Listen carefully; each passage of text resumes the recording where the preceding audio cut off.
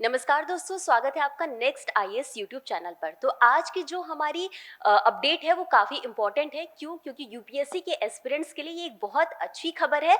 और ये खबर क्या है इसे हम आगे विस्तार से समझेंगे, लेकिन आगे बढ़ने से पहले आपको बता दें कि ये जो पूरा पीआईबी पर आप नोटिफिकेशन देख रहे हैं ये यूपीएससी में ट्रांसपेरेंसी को लेकर के है। और इसमें क्या क्या बातें कही गई हैं उन्हें हम एक एक करके समझ लेंगे, है ना। तो सबसे पहले हम बात करेंगे कि आखिर ये जो पूरी नोटिफिकेशन है ये किस पर आधारित है।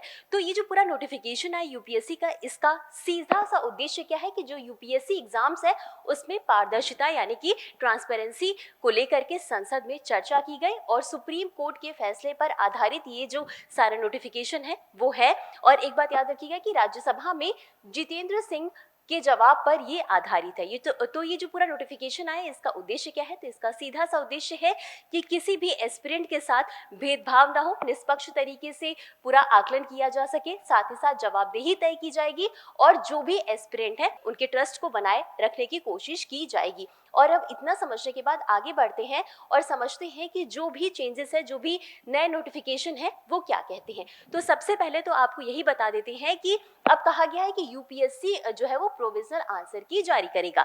तो अब तक क्या होता था कि यूपीएससी का जब एग्जाम होता था, प्रीलिम्स मेंस एग्जाम, तो बच्चे जब प्रीलिम्स का एग्जाम देते थे तो उसके जो मार्क्स थे वो कब आते थे? फाइनल रिजल्ट के बाद। तो इससे पता नहीं चल पाता था कि जो एस्पिरेंट है वो कहाँ पर स्टैंड कर रहे हैं, कट ऑफ से कितनी दूर है, उनका सिलेक्शन होगा या नहीं होगा। तो अब जो ये जो नया नोटिफिकेशन आया है इसके अकॉर्डिंग क्या होगा कि यूपीएससी का जब एग्जाम होता है तो उसके नेक्स्ट डे ही या इसके कुछ दिन बाद ही प्रोविजनल आंसर की जो है वो जारी कर दी जाएगी, जिससे एस्पिरेंट जो है वो अपना मूल्यांकन कर सकेंगे, अपना आकलन कर सकेंगे कि कट ऑफ के वो कितने नजदीक है या फिर उन्हें कितनी मेहनत करने की जरूरत है, वो सिलेक्शन के करीब है, प्रीलिम्स में क्वालिफाई करने के करीब है या नहीं है। अब ये जो पूरा प्रोसेस है ये कब से लागू होगा? तो यूपीएससी का यानी सीएससी का जो एग्जाम है प्रीलिम्स ये 2026 से लागू होगा, यानी कि इस बार से लागू होगा।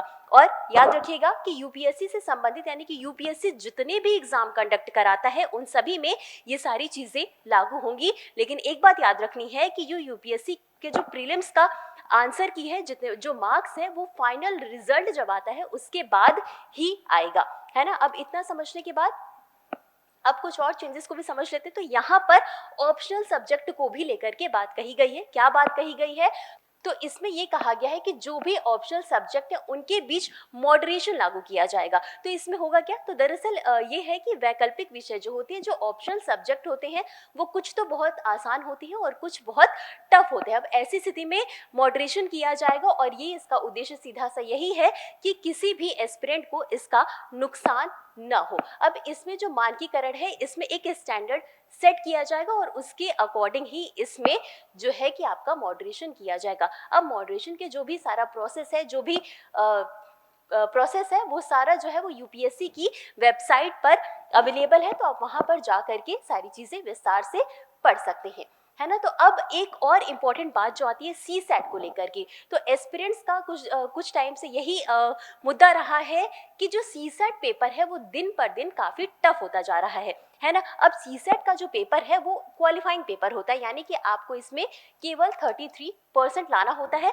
अब ये जो सी सेट पेपर होता है तो इसका उद्देश्य क्या है? आखिर ये सी सेट पेपर क्यों कराया जाता है? तो इसका सीधा सा उद्देश्य है कि किसी भी एस्पिरेंट की विश्लेषणात्मक क्षमता को परखना, है ना। अब इसीलिए इसको क्वालिफाइंग पेपर बनाया गया है। इसका जो लेवल है वो काफी टफ होता जा रहा था। तो अब इसमें क्या किया गया है कि अब इसमें यह कहा गया है कि जो सी सेट का पेपर है, जाहिर सी बात है कि 33% है, क्वालिफाइंग पेपर है, इसमें केवल एनालिटिक जो क्षमता है उसको देखना है। तो अब इसमें क्या किया जाएगा कि जो सी सेट पेपर का लेवल है वो मैट्रिकुलेशन लेवल के अनुरूप ही होगा, जो कि एक बहुत अच्छी बात इसमें कही गई है। अब इसके अलावा कुछ और बातें भी कही गई। अब इसमें यह भी कहा गया है कि अगर मान लीजिए कि कोई एस्पिरेंट है, उसको किसी भी क्वेश्चन को लेकर के, किसी भी आंसर को लेकर के, प्रोविजनल की जो आ रहा है उससे संबंधित कोई भी डाउट है, तो उसके लिए कुछ ऐप भी लॉन्च किए गए, जिसमें पहला ऐप है आपका क्वेश्चन पेपर रिप्रेजेंटेशन पोर्टल यानी कि QPREP लॉन्च किया गया है।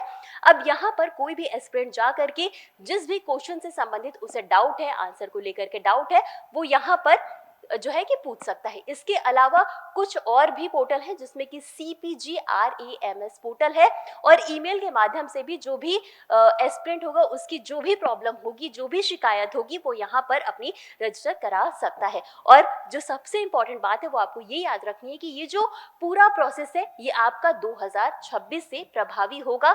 तो कुल मिलाकर अगर हम कहें तो ये जो एक काफ़ी अच्छा फैसला आया है, काफ़ी अच्छा निर्णय आया है। तो आज के लिए बस इतना ही, मिलते हैं अगले एपिसोड में इसी तरह कुछ अहम और ज़रूरी खबरों के साथ। तब तक के लिए धन्यवाद।